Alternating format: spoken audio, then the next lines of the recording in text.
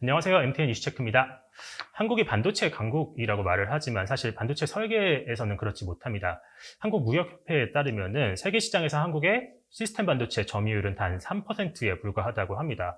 한국이 반도체 설계에 약소국인가 싶은데, 근데 이분을 만나면 또 그렇지 않아 보입니다. MIT 박사학위를 취득하시고 인텔, 스페이스X, 모건 스탠리 등 유수의 기업을 격파한 뒤 반도체 스타트업을 만들자마자 한국을 대표하는 업체가 된 리벨리온을 세운 박상현 대표를 만나보겠습니다. 박상현 대표님 안녕하세요. 안녕하십니까? 리벨리온은 AI 칩을 만드는 회사인데 이미 잘 알려졌지만 시청자분들을 위해서 리벨리온이 정확히 뭐 하는 곳이고 또 고객들한테 어떤 이득을 주는 곳인지에 대해서 설명을 해주시면 되겠습니다. 예, 저희 팀 리벨리오는 인공지능 반도체, 그 안에서도 패블리스 스타트업입니다. 이제 패블리스라고 하는 거는 이제 공장이 없다, 그 facilitate 공장이 없다는 말로 설계 중심 회사로 생각해 주시면 되겠습니다. 저희는 그런 마켓의 니즈를 가지고 거기 전용 반도체를 만들어서 저희 설계 도면을 이제 뭐 대표적으로 삼성 파운더리 같은 곳에 넘겨주시면 다시 반도체를 이렇게 구현해서 만들어 주셔서 거기에 보드 설계하고 서버까지 설계해서 저희 고객사에게 넘겨주는 그런 역할을 하고 있습니다. 네네. 이 리벨리온이 그러니까 AI 반도체를 전용으로 만드는 곳이잖아요. 그러니까 AI 반도체라고 하는 게 조금 뭔지에 대해서 조금 더 설명을 해주시면 좋겠어요.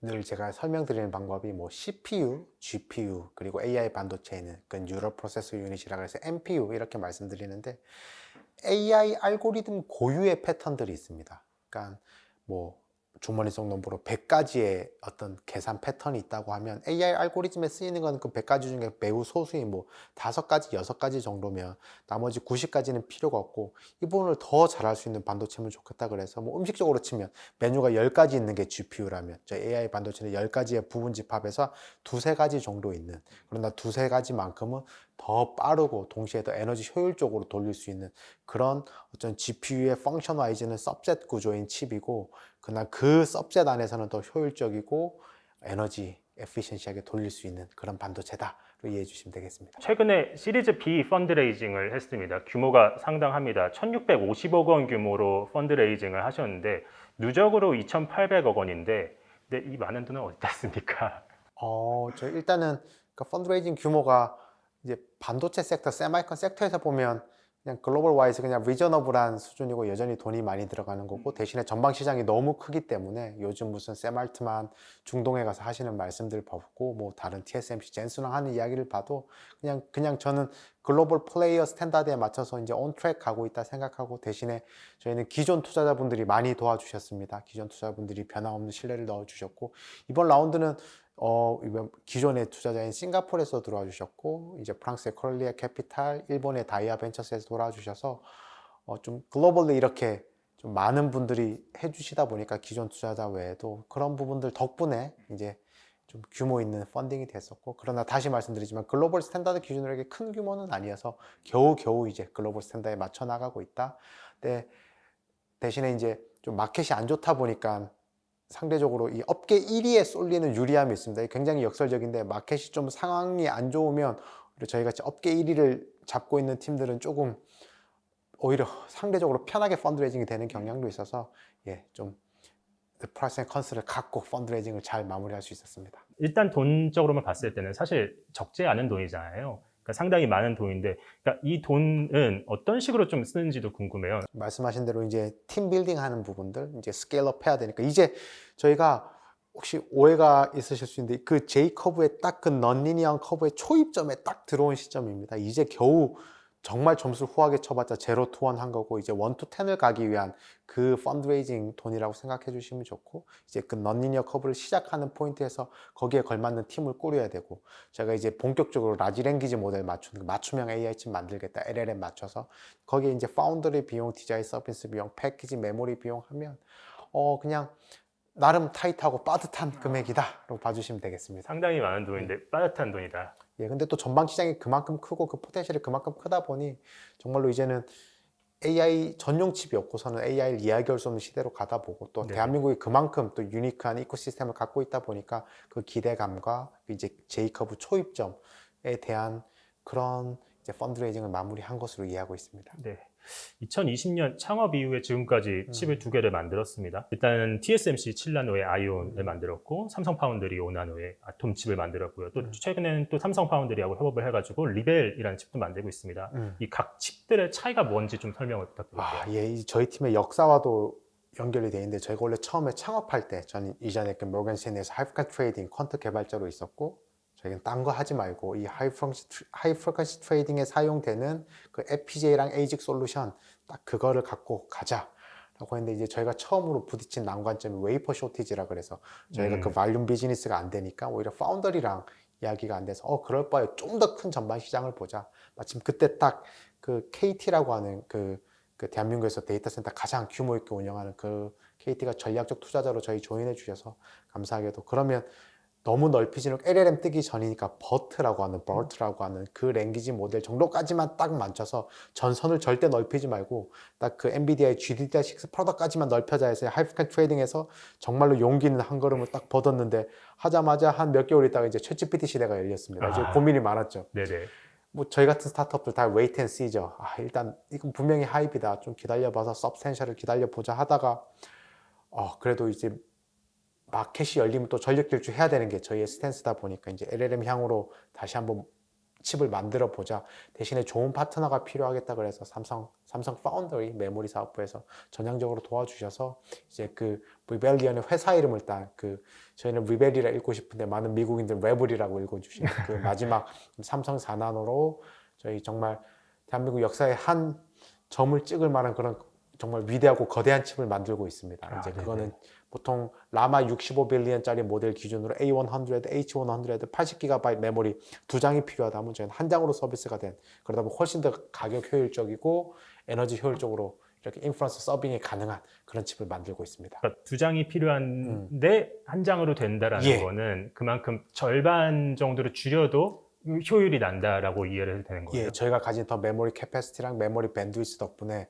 보통 칩 2장이 필요한 건 한 장이 요즘 엄청 비싸거든요. 뭐 A100만 2만 불이면 뭐 2천만 원, 3천만 원. H100이 더 비싸고 그걸 한 장으로 서빙할 수 있게끔 대신에 저희는 이런 칩 숫자로 트레이닝은 되지는 않지만 인프런스에서만큼은 정말 혁신적으로 더 적은 비용과 더 좋은 성능을 만들어낼 수 있는 그런 칩을 지금 개발 중에 있습니다. 이게 확실히 창업 당시 아까 말씀하셨지만 반도체 쇼티지 이야기도 하셨었고 그 당시 상황이 되게 좀 스페시픽했던 것 같아요. 어떻게 보면은 코로나19 이후에 반도체 시장 상황하고 그리고 지금까지 이제 한 4년 정도 창업하신 지 이제 그 정도 됐으니까 그 지금까지의 상황을 보면은 좀 어떠세요? 그러니까 반도체 시장이 좀 많이 변했나요? 와, 정말 빠르게 변하고 있죠. 쫓아가는 것도 쉽지 않을 정도로 일단 그 3년쯤이죠. 그 삼성 TSM 정 웨이퍼 쇼티지 코로나 이후로 데이터 센터들이 본격적으로 스케일업 시작하면서 그리고 좀 있다가 1년, 2년 이제 미중 간의 그 반도체 컨플릭트도 나면서 이게 무슨 이제 반도체 특히 AI 반도체가 그 내셔널 시큐리티로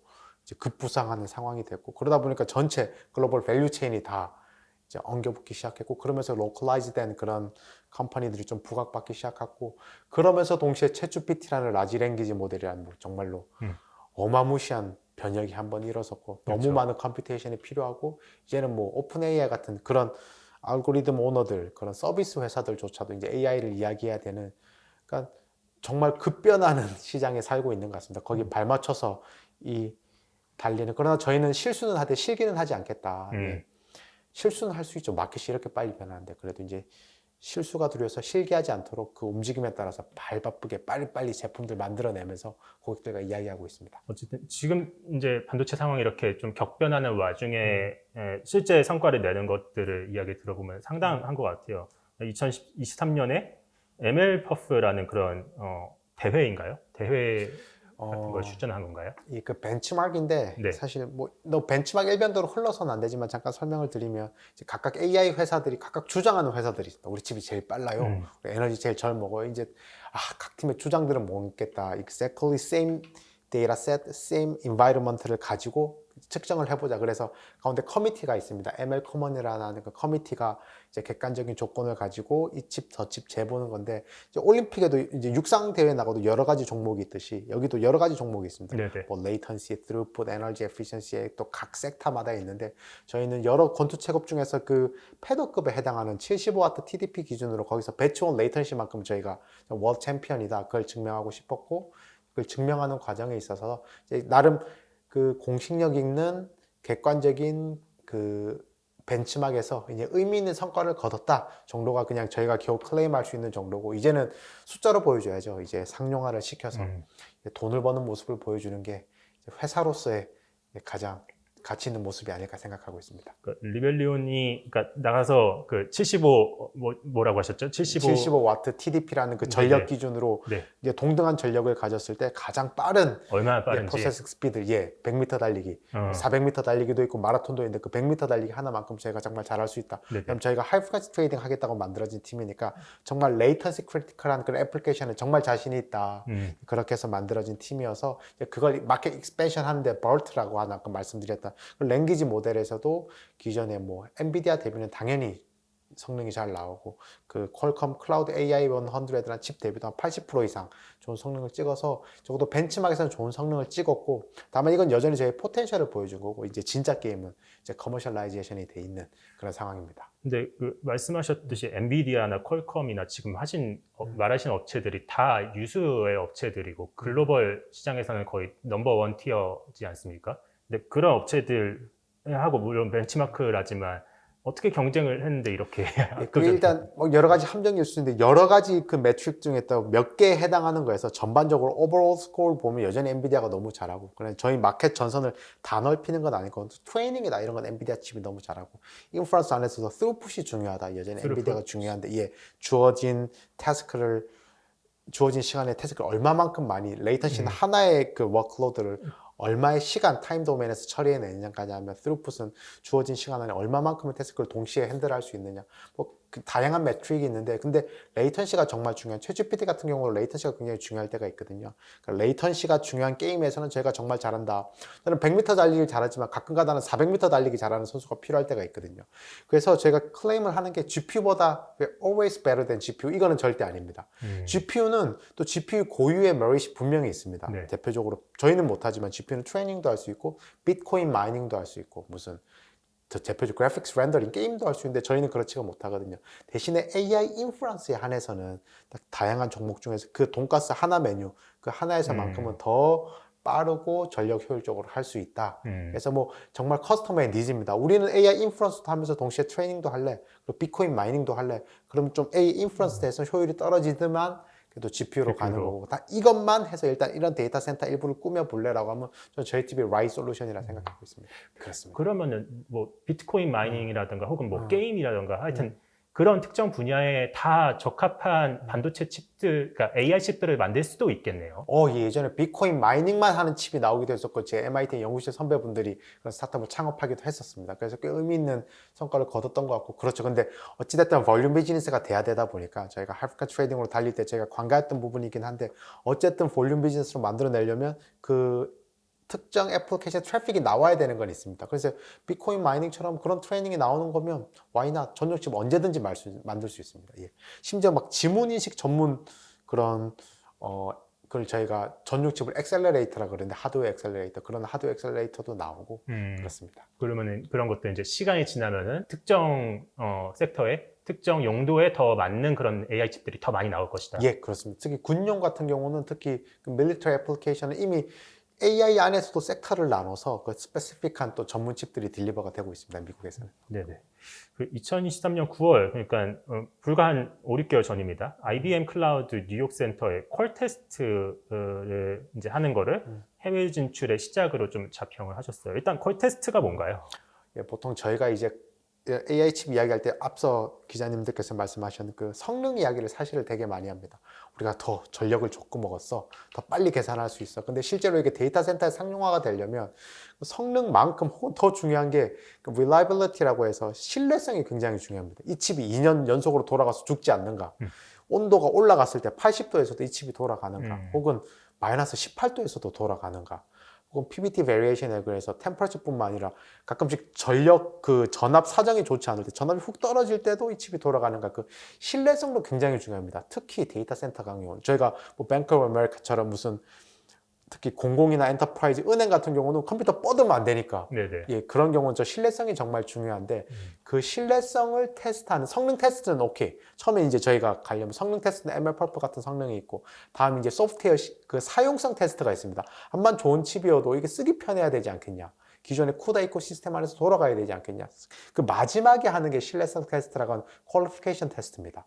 PBT 베리에이션 줘가면서, 템퍼러처 베리에이션 줘가면서, 전압 줘가면서, 온도 높였다 낮췄다 해가면서 신뢰성 테스트를 하는 건데 왜 IBM이 라이트 파트냐면 IBM이 이런 신뢰성 테스트에서 가장 그래도 높은 기준을 갖고 있습니다. 왜 IBM은 공공 그리고 퍼블릭 마켓 그 엔터프라이즈 마켓 특별히 이 그 파이낸스 마켓 쪽에서 이제 어떤 마켓쉐어를 갖고 있다 보니까 굉장히 타이트한 그런 퀄리피케이션 테스트 조건을 갖고 있고 저희가 이거를 뭐 통과했다 이런 건 아니고 여전히 테스팅을 하고 있고 배우고 피드백을 받고 있는 상황입니다. 네. 근데 뭐 금융이라던가 혹은 뭐 데이터 센터라던가 그냥 저희가 생각하는데 되게 쾌적한 환경에서 칩들이 돌아가지 않을까 그런 생각은 좀 들거든요. 근데 예. 뭐 앞서 말씀하셨던 군용이라던가 그런 부분들은 뭐 진흙탕도 굴러다니고 뭐 저기 시베리아 벌판도 가야 되고 아프리카도 가야 되고 예. 그러니까 엄청 열악한 환경이 필요할 것 예. 같은데 근데 그런 쾌적한 환경에서 그런 조건을 왜 테스트를 해야 되는 참 건가요? 그렇죠. 근데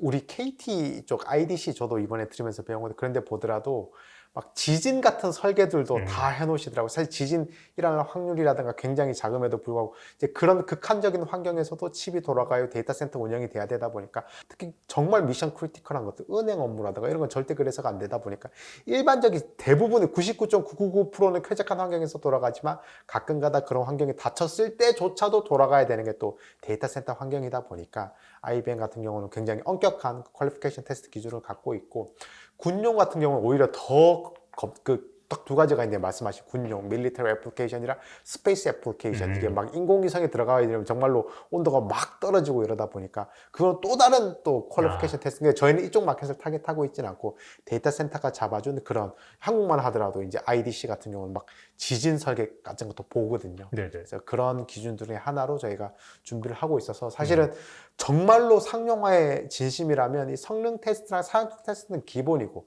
결국 정규가 준비해야 되는 건 reliability 테스트. 사람들이 엔비디아 칩을 좋아하는 이유도 결국 이 뒷부분에 있습니다.